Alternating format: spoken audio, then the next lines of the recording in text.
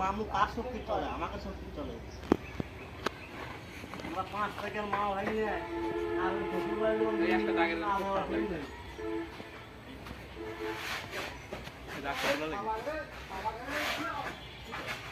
এ প্রতাপ ভাই 5 টাকা গেলে কাকের কলমে চলে। এই আমরা ভাই নিয়ে ভাইস থেকে গরমে চলে।